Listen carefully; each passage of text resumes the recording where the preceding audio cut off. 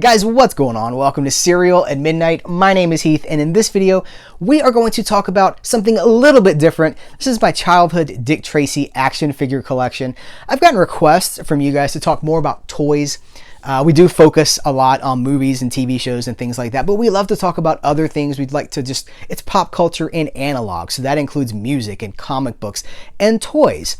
It's been a while since the last toy video here on Cereal at Midnight, and so I'm not actively collecting any current toy lines. When I go to the store, I check the toy aisles, I see what's going on with Star Wars, the superhero lines, and nothing is really catching my eye right now, so I'm not really actively collecting anything. But in order to meet this request from you, I thought it would be really fun to go back and show you some of the things that have really resonated with me in my life. These are my original Dick Tracy action figures from the summer of 1990.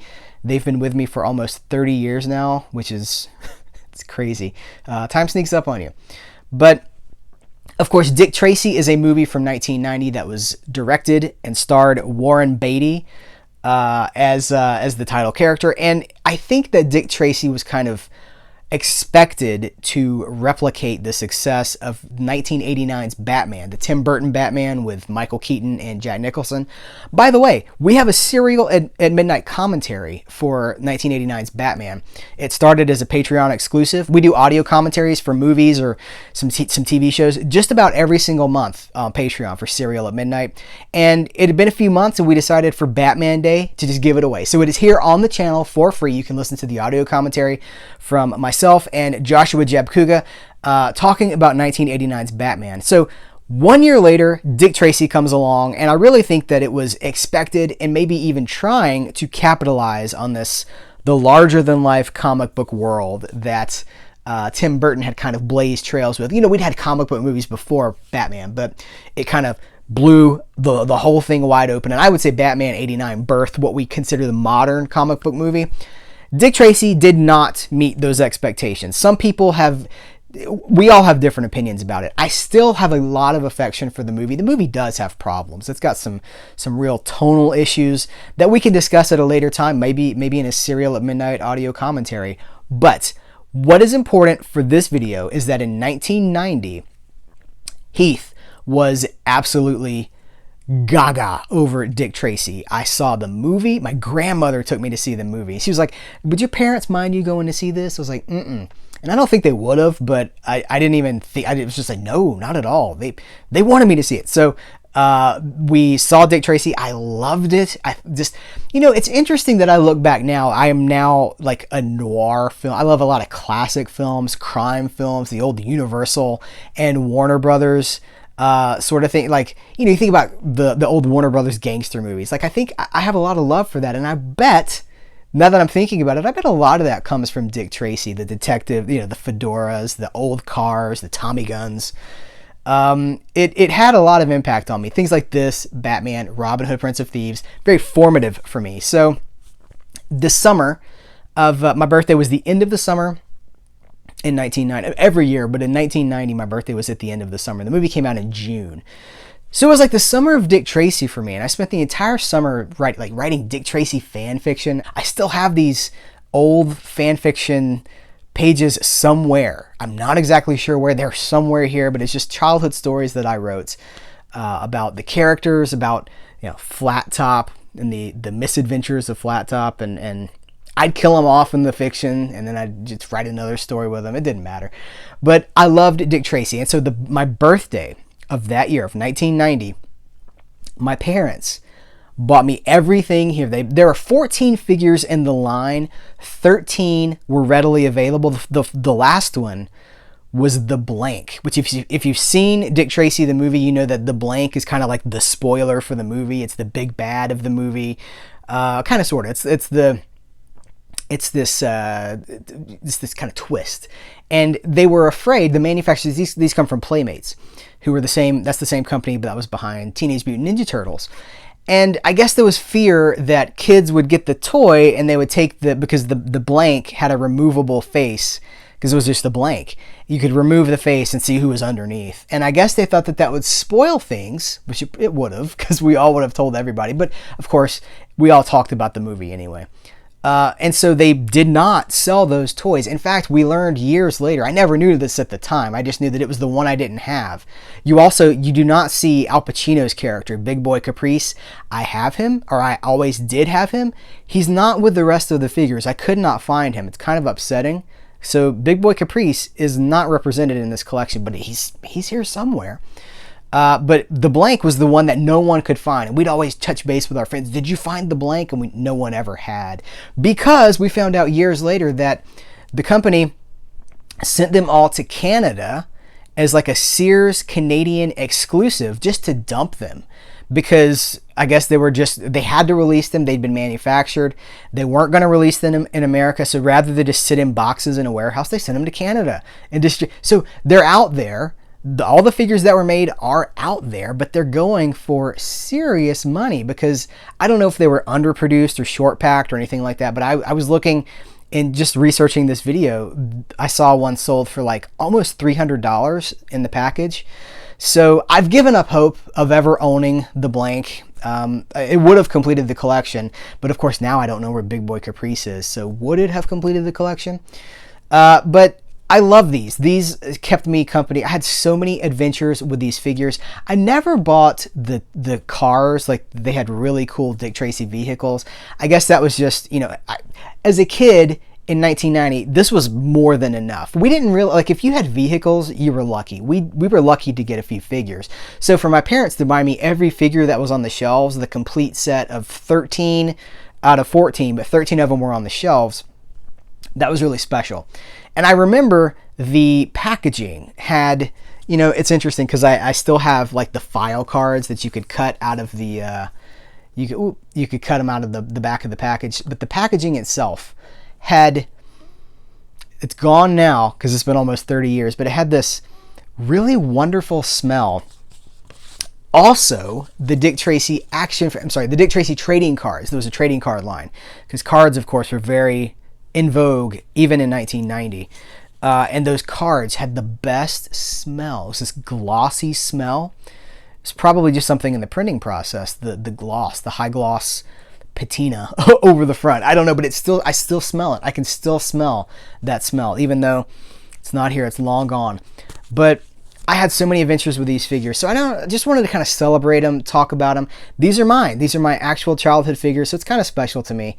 This is Dick Tracy. It's also interesting to look back as an adult, especially now in our current climate, and just see how far we've come with action figures. Because it's Warren Beatty's likeness, so that's kind of cool. He comes with a billy club and a gun.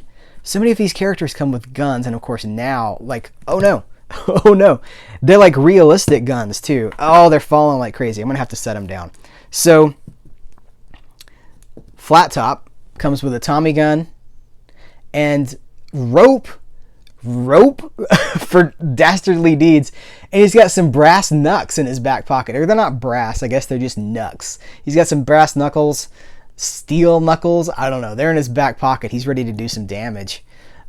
This is Itchy. Now, some of these accessories have been, I don't know if they're lost or if they're just in a different toy container. I have most of my childhood toys here at the house, but they might still be at my parents' house. Who knows? This stuff gets moved around so much. After 30 years, I'm lucky to have any of it. But Itchy, and you can see he has like tears, like scratch marks in his clothes because his name is Itchy.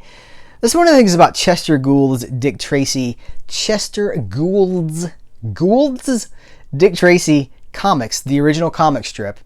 Very distinct, larger-than-life criminals with cool names. Just a really different time, but it was very, like Batman had the Joker, and he had, all these different larger-than-life villains. Dick Tracy had these really cool villains too. So I believe this is Influence. He comes with a lead pipe and a gun. There's a gun. He's got a big iron on his hip. With a big iron on his hip. Can't sing that. I believe this is Mumbles, who's got a gun and like a ball and chain, because of course he's the one that got nabbed by the cops. He got picked up by the Popo in the movie, and they take him in for interrogation. So I guess he's carrying around the old prison ball and chain. So this character is Shoulders, and he's got this spiked bat, which is crazy. Looks like he's got maybe, what's he got in his pocket there? Is that handcuffs?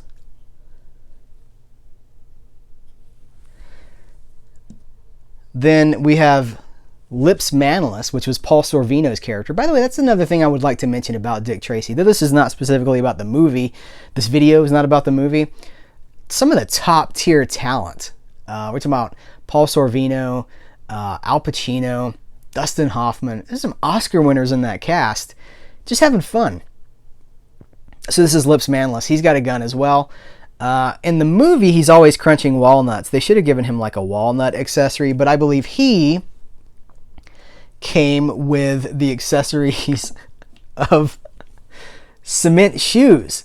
Children's toys, you guys. Cement shoes. So you could put these on his feet and send him to the bottom of the ocean. As you do. What wonderful times. I do actually feel lucky to have grown up in such a less PC, less worried time when we were like, oh, it's going to cause children to put cement on other kids' shoes. This is Dick Tracy's right-hand man, Sam Ketchum. I kind of like the orange theming. Again, such a colorful movie. He's got a gun. He's actually got a lot of stuff here. Let's see. He's got a camera sculpted into him. He's got his badge. I'm surprised he doesn't have cigarettes sticking out of his pocket. This is Prune Face. It's a little bit bright. This is Prune Face.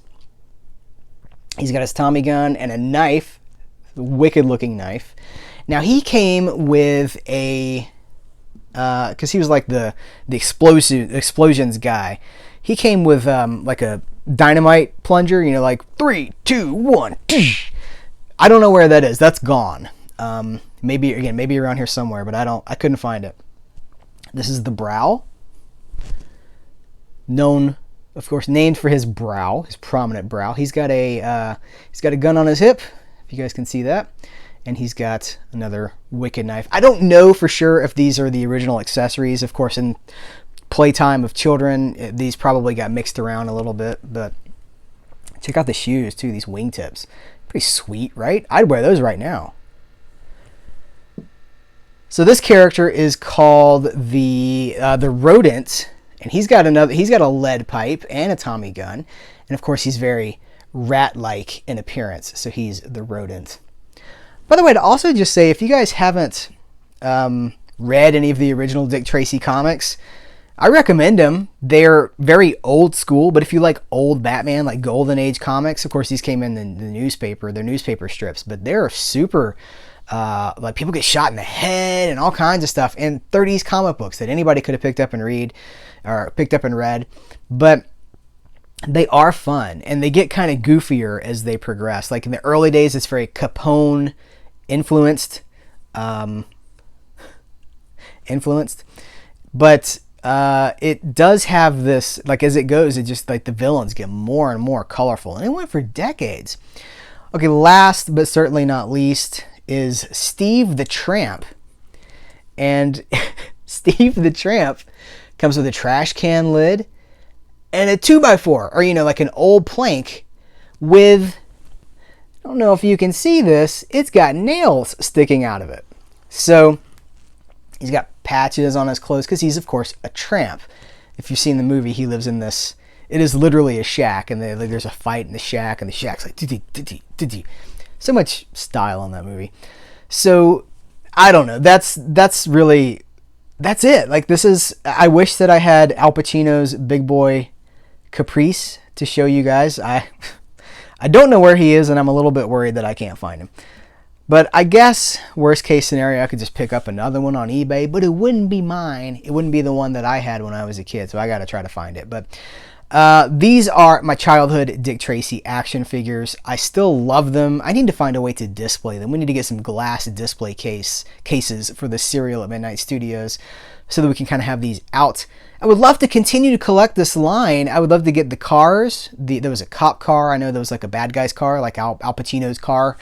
Well, Big Boy Caprice's car, but there's a lot of stuff out there that I just never got. Maybe one of those cool fancy watches. I have the novelizations. I think there's a regular novelization written by Max Allan Collins, if I remember correctly, who's a fantastic writer. We talked about him in our Hard Case Crime video not too far back. as well as like a children's novelization. So, I don't know, maybe this will open the door for more Dick Tracy discussion and collecting in the future, because it's certainly a movie that I love, and a toy line that I love, and a world that I'm kind of eager to revisit. So, guys, thanks for hanging out with me talking about my childhood Dick Tracy collection. I do appreciate you very much. Did you have these figures? Did you know anyone who had these figures? I know some of you guys may be younger than me. Some of you are older than me, and you wouldn't have been collecting action figures. But if you did, I would love to hear your experience with these and what you thought about them. Guys, thank you very much. Take care, and until next time, I will catch you later.